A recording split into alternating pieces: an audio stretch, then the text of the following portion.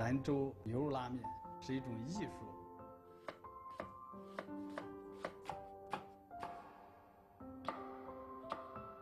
牛肉面就是1清2白3红4绿5黄。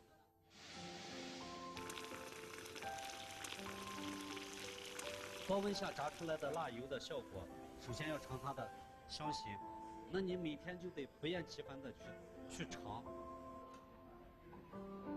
应该让更多的人来掌握，来享受到。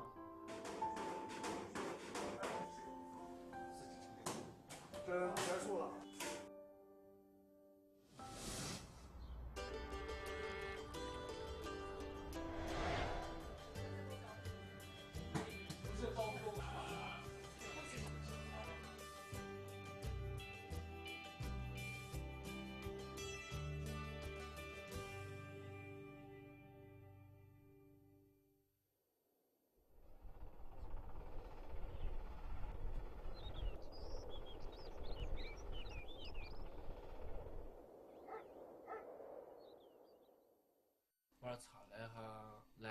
文爱国前不久刚刚高中毕业，这2天，他正在和家人商量，希望父母能够同意他到兰州学习拉面手艺的打算。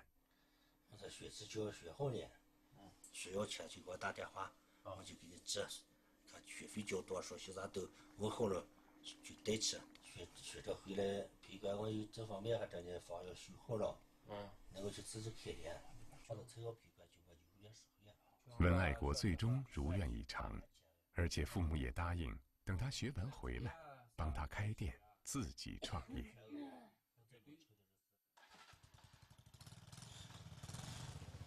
文爱国家住澧县白关乡，这里离兰州有300多公里的路程，山路崎岖，交通不便。文爱国必须先坐附近的摩托车到县城，再搭长途车6小时的颠簸之后，才能到达兰州。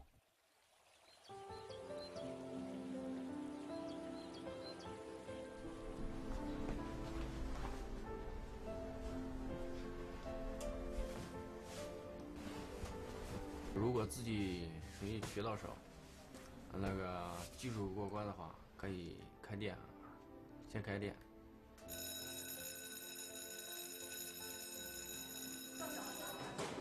从头到尾完成一碗牛肉面的制作，经历的流程相当复杂。通常情况下，必须先从揉面开始，历经拉面、煮肉、调汤、切蒜苗等学习演练过程。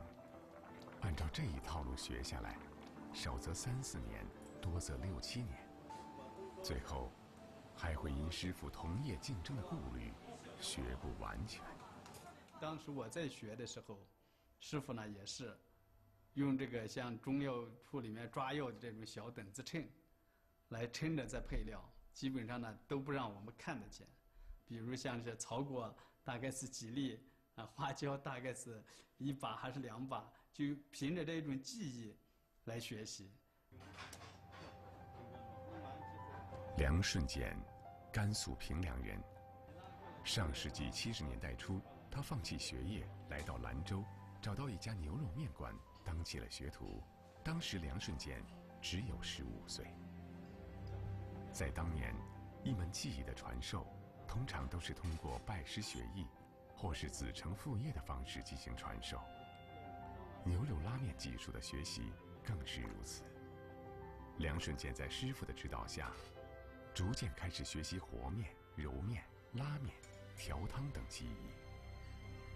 真正的能懂得做汤、煮肉、拉面，全部技术都会的这种师傅呢，就是奇缺。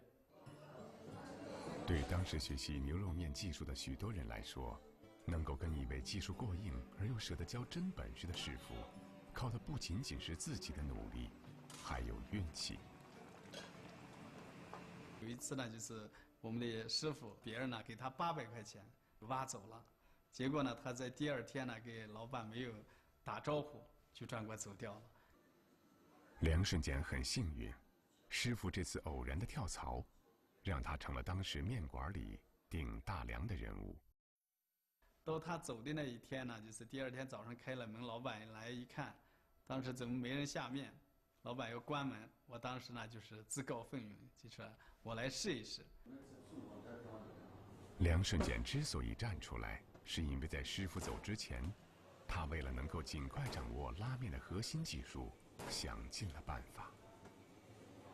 每天给师傅呢，就是除了买豆浆、买书之后，就是师傅呢什么都教，就是一个呢不教你汤料的配方，第二呢不让你拉面，每天呢都是偷着在练。结果呢，我这些呢已经都学的差不多了，因为老板不知道我会拉面，没想到这一试，老板一看下的面也不错，而且汤的味道没有变，从这儿呢就开始，从一个学徒步入师傅的行列。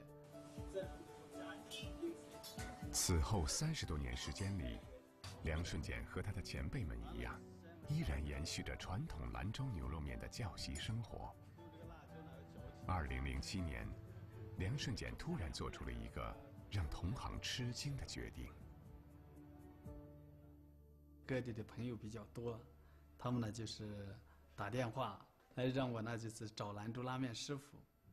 他们因为要招的就想把兰州牛肉拉面这种正宗的味道能做出来，但是呢回来找了之后，但这一种师傅呢是很难找。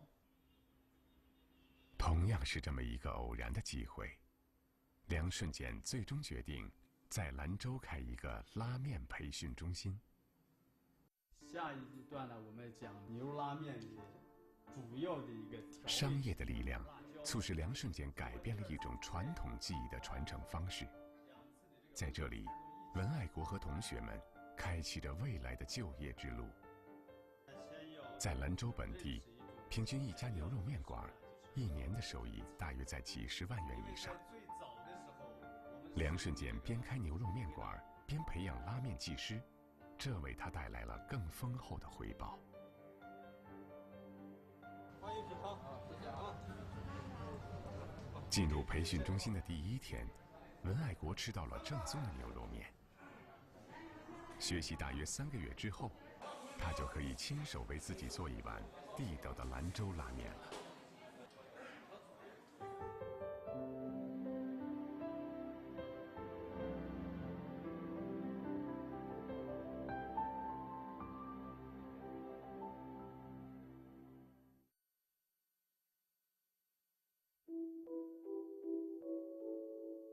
汤，兰州人讲这是一碗面的灵魂，而兰州牛肉面的汤，要数清汤最为上层，次之纯白，初为浓厚。要想熬制出一碗上层的清汤，则是需要花费不少功夫。熬汤的肉首选牦牛肉，辅以牛脊髓和棒子骨，再按一定比例加入花椒、草果、香叶等10几味香料，经过5个小时的煨煮，多次过滤沉淀，才能上桌。俗话说，鼻闻香臭，舌尝五味，人们的味觉感知异常灵敏，所以，要想做出色香味俱全的美食，对食材的选择必须精益求精，即便是配菜也是如此。放汁，越入口越入血，这么咸呢，切完以后老片隙越来越大，口越咸。秋冬季节经过霜淋以后的那种大白萝卜，它这个呢就是汁大味甜，而且呢是纤维少，吃起来呢很细嫩，口感很香甜。煮汤的时候呢，它第一可以去除这个你牛羊肉里面的一些腥膻的异味，还有一个呢，它可以增加它的营养，还可以增鲜。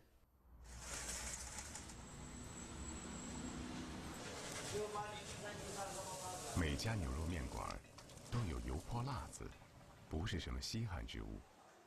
但是，要按正宗的做法，过程可是相当复杂。对辣椒的产地不仅有严苛的要求，对油温也有严格的掌控。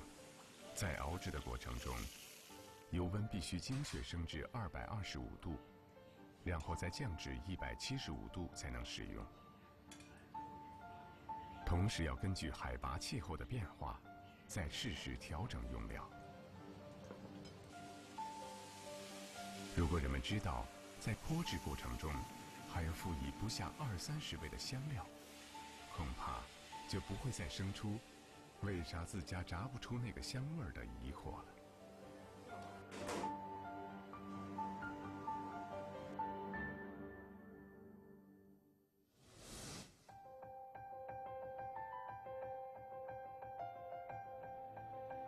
一清二白三红四绿，既是牛肉面迈向提纲挈领的总结，也暗合了中国传统文化的诉求。清汤、白萝卜、红辣椒、绿蒜苗，颜色搭配简单明了，清清亮亮一碗汤。而一清二白之说，也在有意无意之间，承载着一份最基本的操守坚持。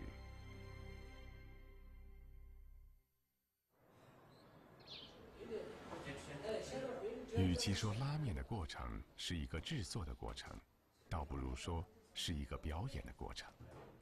但是早年间，想要学得此技，并不像文爱国观摩、老师演变般轻松惬意。当时呢，就是你如果要动这个面剂子，你动了，你就得把它吃掉。为了这个接住上这个拉面，一天呢最多的时候呢能吃15碗拉面。当时呢是用了40天时间，掌握了这一门技艺。这是牛肉面的入门手艺——揉面。看似简单，但是它对体能和手法都有严苛的要求。兰州牛拉面、和面这个揉面的过程呢，和其他的地方的面不一样。比如像其他的刀削面这一类的，都是把它完成团。但是兰州牛拉面的这个呢，要用螺纹状这个揉回去，再把它反复的折叠，揉的让它的这个顺序排列都在一个方向，所以让这个呢增加它的延伸性。这门技艺在很多人眼里就像变魔术一样，专业师傅只需不到10秒的时间，就能把一团面粉拉扯成各种形状的面条。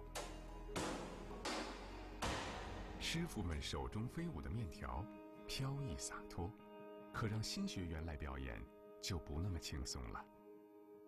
如果面粉揉搓的不到位，便会失去韧劲儿，拉面时就会断裂。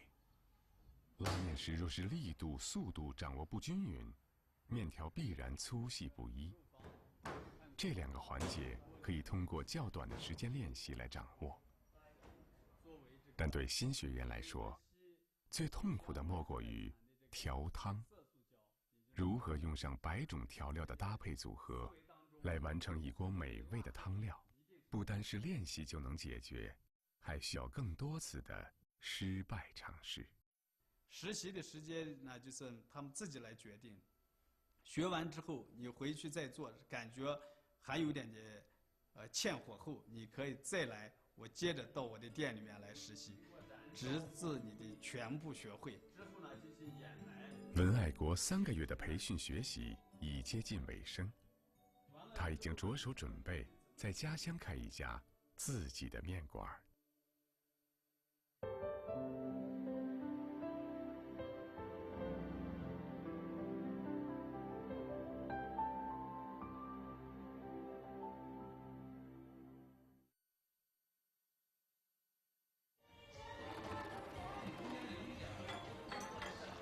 冯运昌，朋友们都叫他冯胖子。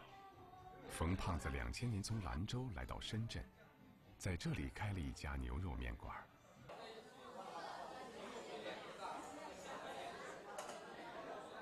觉得做牛面呢有很多情节在，从小就喜欢吃牛面，吃完牛面就感觉跟过年一样。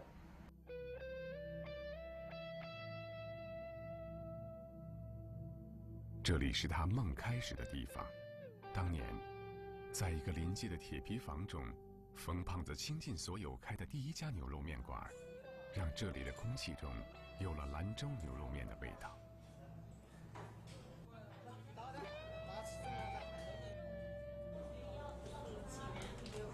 因为我爱这个东西，非常热爱，非常喜欢，而且不吃了时间长犯困。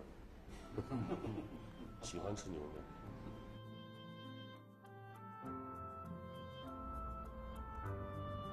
10多年过去了，冯胖子在深圳已有了10多家牛肉面专营店。他每天早上的第一项工作，是到后厨灶上试尝第一锅汤，味道合适，他才能一天安心。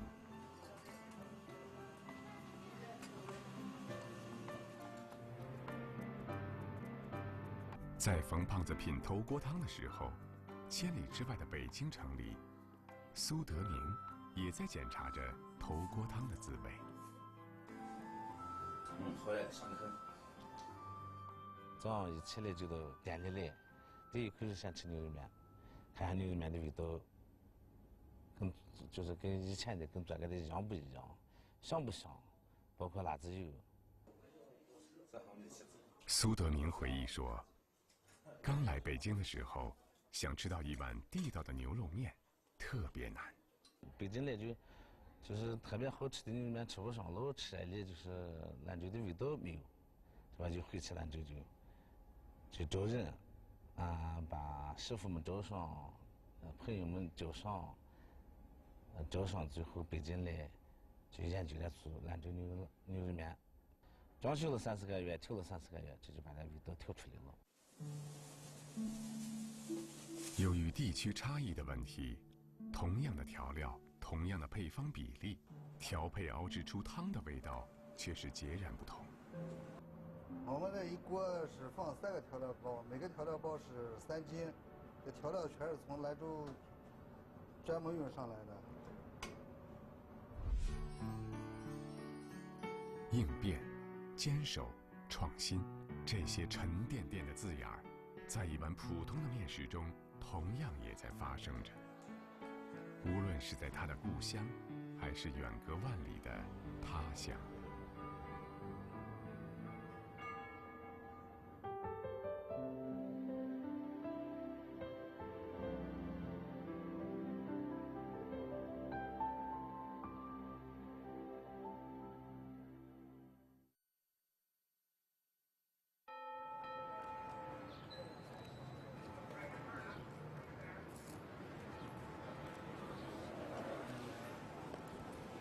这位面拉扯得像模像样的美女，名叫封小苗。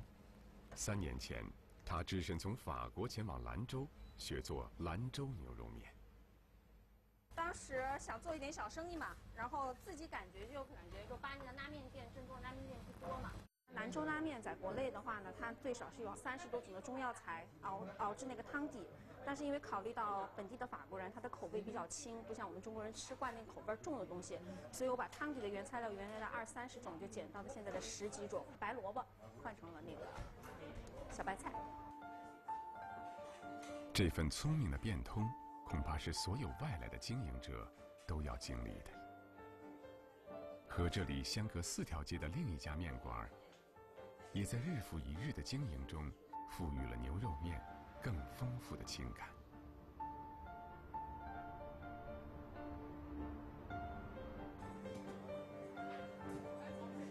段小荣，兰州人，在巴黎经营兰州牛肉面已有5年多了。用我们人体的心血，给这个面粉揉成了面团，赋予了它生命。然后呢，随着它跟着我们，才跟着我们，我们要爱它，它也懂得爱。那么你要去爱它，你要喜欢它，你要制作它，这样我们的面点师都是很有体会的，包括我本人，因为你爱它，你就可以舞动它。独自在异国他乡经营一个店面，会有很多的难处。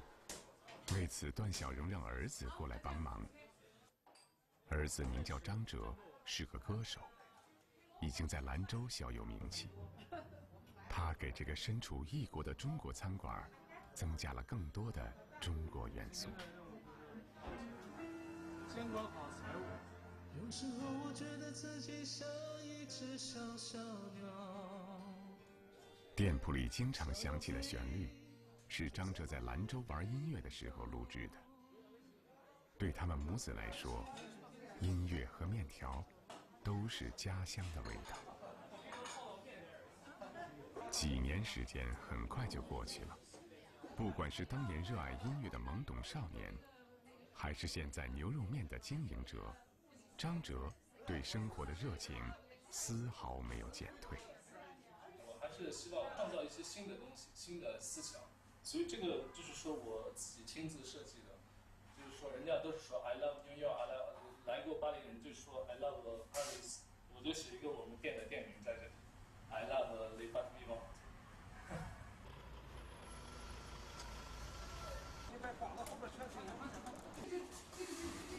几年打拼下来，段小荣母子在巴黎的第3家拉面分店，正在紧张的装修当中。对他们来说，这里又是一个新的起点。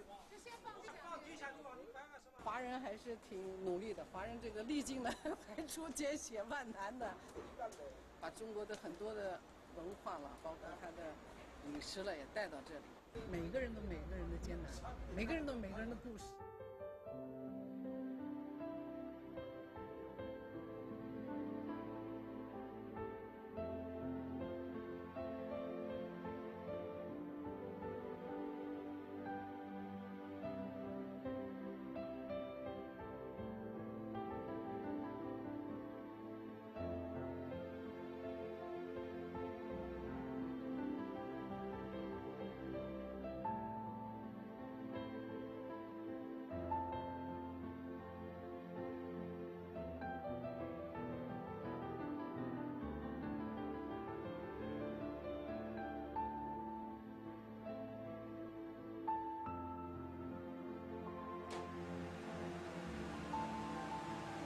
好了。